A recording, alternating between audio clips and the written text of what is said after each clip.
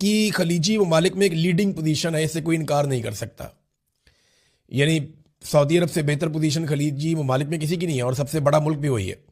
رقبہ بھی بہت زیادہ ہے سعودی عرب کا، اور ساتھ میں خانہ کعبہ وہاں پہ ہے، مسجد نبوی وہاں پہ ہے.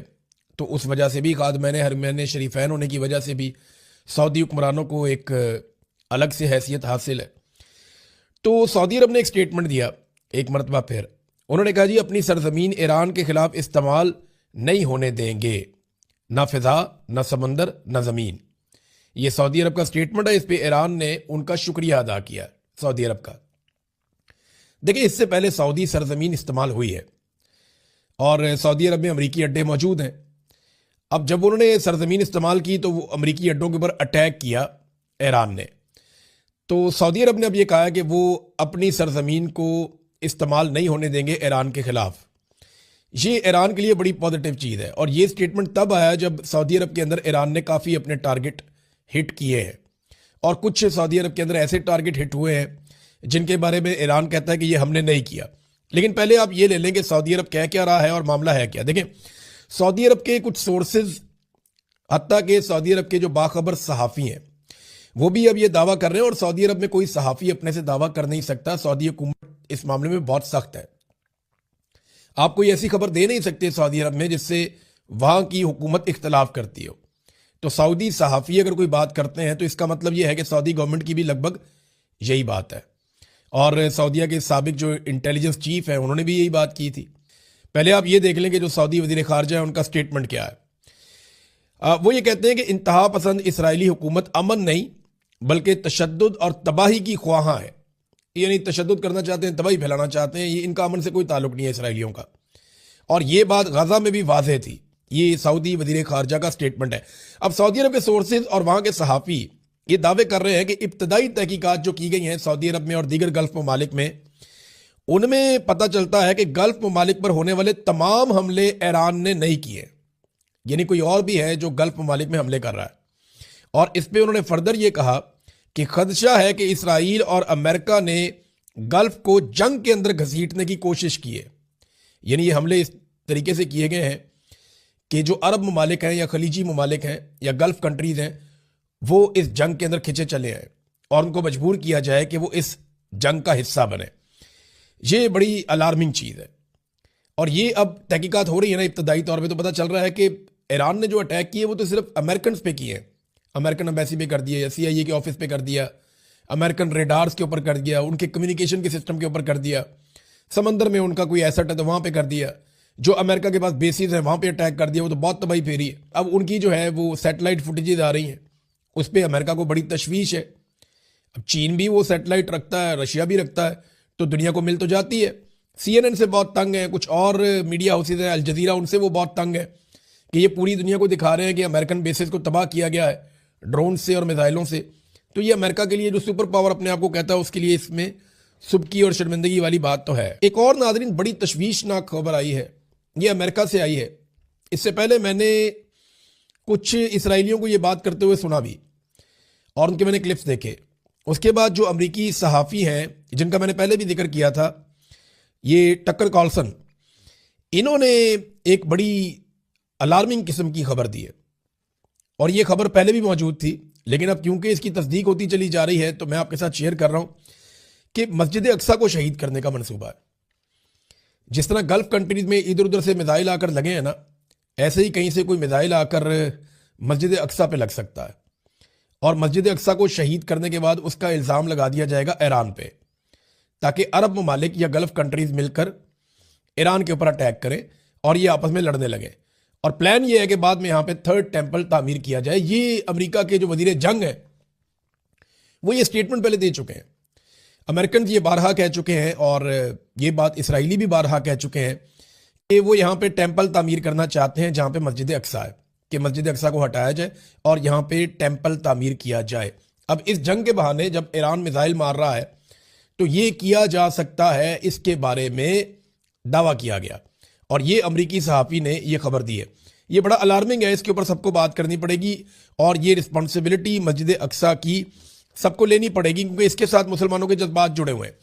ایرانی حملوں کی شدت کیسی ہے اس کے بارے میں کچھ آپ کے سامنے رکھنا چاہتا ہوں، کیونکہ کچھ دعوے سامنے آ رہے ہیں کہ شدت کم ہوئی ہے، تو یہ بات بالکل ٹھیک ہے۔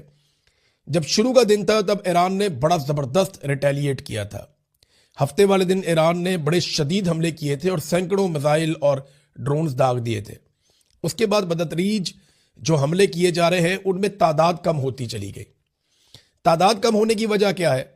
دیکھیں، ایک تو پہلے دن خامنائی کو شہید کیا گیا تھا اور بچیوں کی بہت بڑی تعداد شہید ہو گئی تھی، تو وہ انسٹنٹ ری ایکشن تھا جس میں ایران نے بڑا شدید حملہ کیا تھا اور اپنے بہت سارے ہتھیار چلا دیے تھے پہلے دن۔ پھر امریکی اڈے اس وقت پوری طرح سے فنکشنل تھے، تو اس وقت ان اڈوں کے اوپر بڑی بھاری بمباری کی گئی تھی۔ اب زیادہ امریکن یہاں پہ نہیں ہے، بہت سارے امریکن نکل گئے ہیں، انہوں نے بہت ساری جگہیں خالی کر دی ہیں، تو اب ہتھیار یہاں پہ استعمال کم کیے جا رہے ہیں، ایک یہ وجہ بھی ہے۔ تیسرا یہ ہے کہ ٹارگٹ کا تعین پہلے ہو چکا تھا کہ یہ ٹارگٹس ہیں، ان کو لاک کیا ہوا تھا، جیسے ہی وقت آئے گا تو ہم ان ٹارگٹس کو ہٹ کریں گے، اور یہی ہوا تھا۔ اور اب نئے ٹارگٹس جو ہیں نا وہ دور ہیں اور ایران کی وہاں تک رینج نہیں ہے۔ امریکن طیارے اب یہاں سے اڑ کے نہیں آ رہے، وہ اب دور سے آ رہے ہیں۔ انہیں یورپ میں، برطانیہ میں، جہاں جہاں پہ ان کو اڈے ملے وہ وہاں سے اپنی کاروائیاں اب کر رہے ہیں۔ اور جو ابراہم لنکن ان کا ایک شپ ہے وہ اس کو بھی دور لے گئے ہیں ایران کے میزائلوں کی رینج سے، تو اس کے ذریعے سے اب وہ دور سے اٹیک کرتے ہیں امریکنز۔ تو یہاں پہ جو خطے کے اندر ان کے ایسٹ سے وہ اب اس طرح نہیں ہے جیسے پہلے تھے، تو ایران نے ان کو ہٹ کیا۔ پھر ایران یہ بھی چاہتا ہے کہ ہتھیاروں کو بچا کر وہ ایک لمبی لڑائی لڑنے کے لیے اپنے آپ کو تیار کرے، مگر ہوا یہ ہے کہ گزشتہ 24 گھنٹوں میں اسرائیل نے اور امریکہ نے بڑے خوفناک اٹیک کیے ہیں تہران پہ۔ 2,000 پاؤنڈ کے بم گرائے گئے ہیں اور رہائشی علاقوں میں گرائے گئے ہیں، گنجان آباد علاقوں میں گرائے گئے ہیں۔ ایران کے بہت سارے دفاتر تباہ کر دیے ہیں، ان کا فوج، ان کے ریڈار، ان کا انفراسٹرکچر، ان کا کمیونیکیشن سسٹم، ایران میں بہت تباہی پھیری ہے امریکہ نے اور اسرائیل نے۔ لگ بھگ 2,000 کے قریب حملے ہو چکے ہیں مختلف مقامات کے اوپر ایران میں، اسرائیل اور امریکہ کی جانب سے۔ اور یہ دیکھیں آپ، یہ 6 دن کا کھیل ہے سارا، 6 دن کے اندر ہوا ہے سارا کچھ، آج 7واں دن ہے، تو آپ اندازہ کر لیں کہ کتنے شدید حملے ہیں جو ایران کے اوپر کیے جا رہے ہیں۔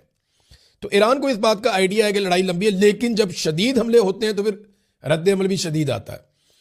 یہ جو آخری دن گزرا ہے جمعرات کا دن، جب امریکہ اور اسرائیل کی جانب سے شدید حملے کیے گئے تو پھر ایران نے نئے ڈرونز بھی استعمال کیے، حدید نام کا میں نے آپ کو پہلے بتایا تھا، خیبر میزائل بھی استعمال کیے، کلسٹر بم بھی استعمال کیے، اور اس کے ویژولز بھی آ رہے ہیں، مناظر آ رہے ہیں کہ وہ ایک بم بہت سارے بموں میں تقسیم ہو جاتا ہے اور وہ آگ لگاتا ہے، تباہی پھیلاتا ہے۔ تو اسرائیل کے اوپر اٹیک زیادہ کر رہا ہے ایران۔ ایک چیز اور میں آپ کو بتاؤں کہ ایسا نہیں ہے کہ ایران کے سارے ٹارگٹ جا کے لگتے ہیں۔ ایران کا ایک ڈرون اور ایک میزائل یہ بڑی کڑی آزمائش سے گزرتا ہے جب یہ زمین کو جا کے ٹکراتا ہے۔ اس سے پہلے دیکھیں نا، یہ پہلے نکلتا ہے تو یہ سمندر سے گزرتا ہے، پھر یہاں پہ اس کو انٹرسیپٹ کیا جاتا ہے، اس کے بعد دیگر ممالک آ جاتے ہیں، کوئی نہ کوئی عرب ملک آتا ہے، پھر اس کے بعد سعودی عرب، اردن کے بعد جو ہے پھر یہ داخل ہوتا ہے اسرائیل کی جانب۔ تو ان سارے ملکوں کے انٹرسیپٹرز ہیں، یہ ان سب سے بچ بچ کے اسرائیل تک پہنچتا ہے۔ تو یہ بڑی ہمت ہے ایران کے میزائل کی یا ڈرون کی کہ اگر وہ اپنے ٹارگٹ کو جا کے ہٹ کر لیتا ہے، یا تل ابیب میں یا کسی اور جگہ پہ، یروشلم میں، جہاں پہ بھی اسرائیلی ایسٹس ہیں، وہاں پہ جا کے اگر یہ ہٹ کرتا ہے تو یہ ان کی بہت بڑی کامیابی ہے۔ بہرحال ایک چیز ہے کہ گلف ممالک کو اس بات کا پتہ چل گیا ہے کہ امریکہ یہاں پہ ان کی حفاظت کے لیے نہیں، اسرائیل کی حفاظت کے لیے تھا، یعنی عربوں کی حفاظت سے زیادہ امریکہ کی ترجیح ہے کہ وہ اسرائیلیوں کی حفاظت کرے، اور یہ ہوتا ہوا عربوں نے دیکھ بھی لیا۔ مجھے لگتا ہے کہ اس جنگ کے بعد عرب اپنا کچھ ایسا فیصلہ ضرور کریں گے جس سے وہ کوئی نئی حکمت عملی بنائیں گے اپنے دفاع کے حوالے سے۔ اور دفاع کرنا کس سے؟ آپس میں تو انہوں نے لڑنا نہیں ہے۔ عربوں کی لڑائی تو صرف اسرائیل کے ساتھ ہے، نہ پاکستان نے عربوں سے لڑنا ہے، نہ ایران نے عربوں سے لڑنا ہے، یہ آپس میں تو لڑنا ہی نہیں انہوں نے۔ سارے مسلمان ملک ہیں، ان کے اچھے تعلقات ہیں، اور شیعہ سنی لڑائی بھی اب ختم ہو جانی چاہیے، اور بہت حد تک اس کے اندر مسلمانوں میں اتفاق رائے پایا بھی جاتا ہے۔ بہرحال یہ اسرائیل کے ساتھ لڑائی کا معاملہ ہے، تو پھر اسرائیل کو بھی پروٹیکٹ کرے گا اور عربوں کو بھی پروٹیکٹ کرے گا ایک ہی ملک، تو یہ ممکن نہیں ہے۔ عربوں کو میرے خیال میں اب فیصلہ کرنا پڑے گا۔ کردش فورسز جو ہیں ان کا بھی سٹیٹمنٹ آیا جو بڑا پازیٹیو ہے۔ یہاں پہ کردستان ریجنل حکومت ہے، اس کا رد عمل ہے۔ انہوں نے کہا کہ امریکہ کا میڈیا اور ان کی حکومت نے جو خبریں پھیلائی ہیں، جو آرمی اخبارات میں اور مختلف جگہوں پہ چھپی ہیں کہ کردوں نے اٹیک کر دیا، یہ خبر میں نے بھی آپ کو بتائی تھی کہ کردوں نے اٹیک کر دیا ایرانی فورسز کے اوپر، تو یہ اکا دکا واقعات تو ہو سکتے ہیں، لیکن یہ بطور پالیسی کے نہیں کیا گیا، اور یہ جھوٹ ہے۔ وہ کہہ رہے ہیں جی ہم کوئی حملہ ایسا نہیں کرنے جا رہے، ہم امریکن ہتھیار لے کے ایسی کسی لڑائی کا حصہ بننے نہیں جا رہے، یہ ان کی جانب سے دعویٰ کیا گیا۔ ایران نے، میں نے آپ کو بتایا تھا کہ امریکی ٹینکر تباہ کیا خلیج فارس میں، اور امریکہ کے اندر جو پیٹرول کی قیمتیں ہیں گزشتہ ایک سال میں اتنی زیادہ نہیں تھی جتنی اب ہو گئی ہیں۔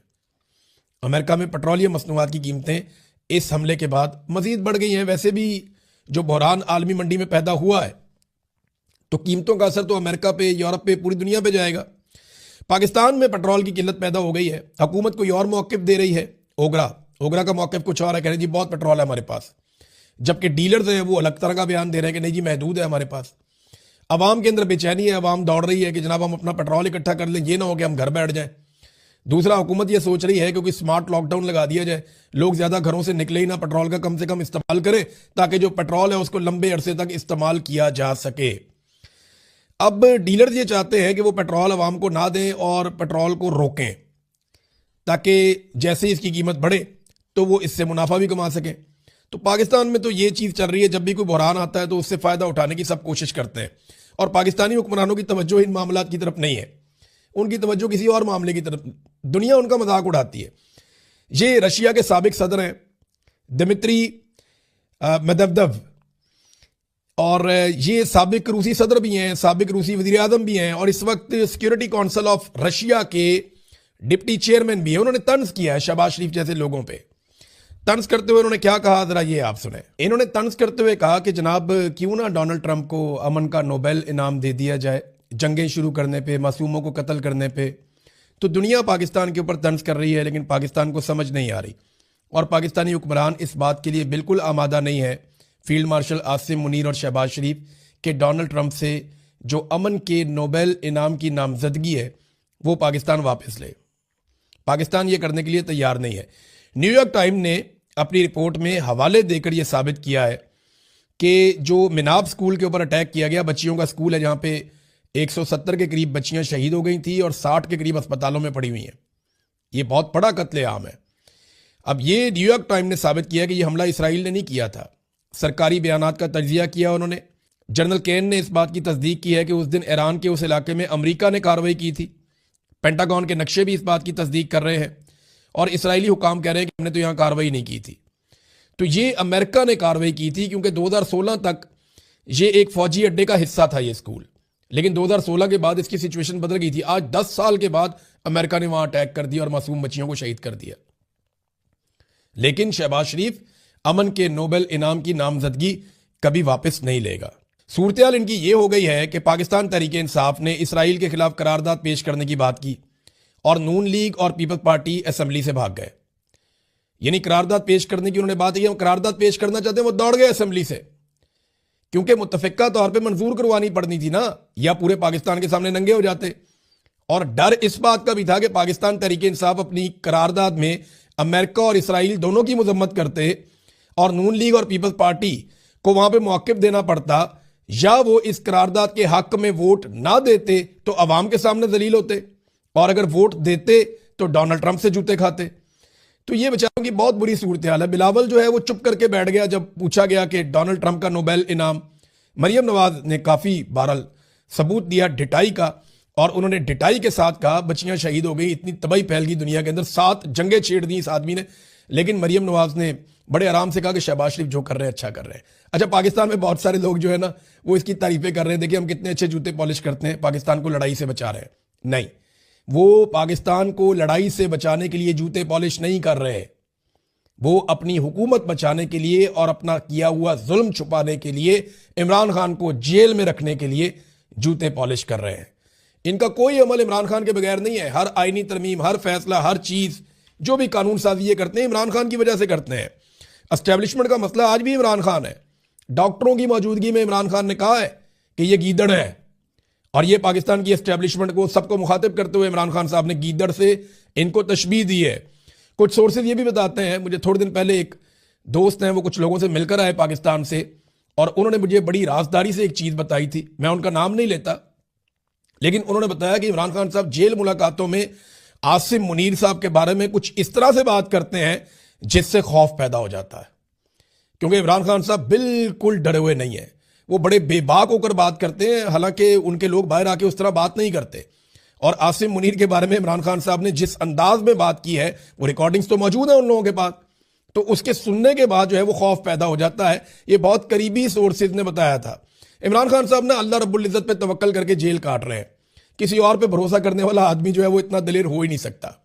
جو اللہ پہ بھروسہ کر کے بیٹھا ہوگا نا کہ میں یہ کر لوں گا, میرا اللہ پہ بھروسہ ہے, تو وہی اتنا بہادر ہو سکتا ہے. عام آدمی یہ کر نہیں سکتا. میں سچویشن سے گزرا ہوں, میں جانتا ہوں اچھی طرح, یہ ہو نہیں سکتا جب تک کہ آدمی اللہ پہ بھروسہ نہ کرے. ناظرین, اب چھوٹی چھوٹی دو خبریں میں آپ کو بتاؤں. ایک تو یہ ہے کہ ایران اپنے ملک میں پوری کوریج کرنے دے رہا ہے میڈیا کو کہ دکھاؤ جو دکھانا ہے. اسرائیل عالمی میڈیا کو منع کر رہا ہے کہ آپ ہماری تباہی اور بربادی جو ایران نے پھیری ہے وہ نہ دکھائیں. ایک تو دونوں میں یہ فرق ہے. دوسرا, ایران نے کہا ہے کہ چائنا اور رشیا ہماری مدد کرتے ہیں. ان کے وزیر خارجہ نے یہ بات کی ہے, اور چائنا کی جانب سے, ان کی پبلک کی جانب سے بار بار آفر کی جا رہی ہے امبیسی کے سٹاف کو ٹیلی فون کر کے کہ وہ عطیے دینا چاہتے ہیں, وہ پیسوں کے ذریعے سے ایران کی مدد کرنا چاہتے ہیں. تو اس پہ ایرانی ایمبیسی نے باقاعدہ ایک سٹیٹمنٹ جاری کیا ہے. انہوں نے کہا کہ چینی عوام مسلسل فون کر کے ایران کو عطیات دینے کی پیشکش کر رہے ہیں, جس پہ چین میں ہم نے شکریہ ادا کیا. ہمیں اس وقت مالی مدد کی ضرورت نہیں ہے. ہم چینی عوام کی حق پر مبنی حمایت پر ان کے شکر گزار ہیں. اس وقت مالی امداد قبول نہیں کی جائے گی. چین میں اسلامی جمہوریہ ایران کا سفارتخانہ مہذب اور انصاف پسند چین کے عوام کا تہہ دل سے شکریہ ادا کرتا ہے. دیکھیں دنیا کدھر کھڑی ہے, چائنا کدھر کھڑا ہے, اور امریکہ کے ساتھ کیا